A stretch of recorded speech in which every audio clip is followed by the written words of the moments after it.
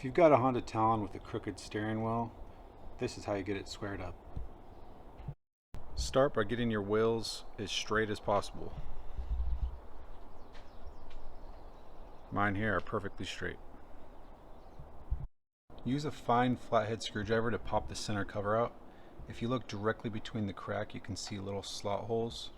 There's one straight above the end, right in the middle.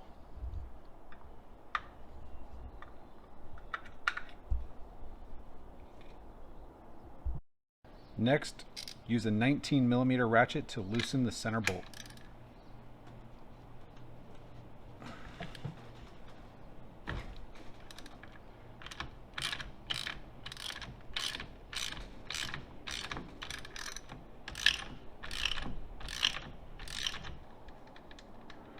Remove the bolt completely and pull the steering wheel.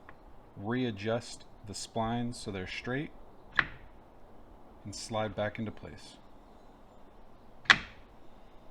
Put your nut back in place. Use your torque wrench to torque the 30 foot-pounds.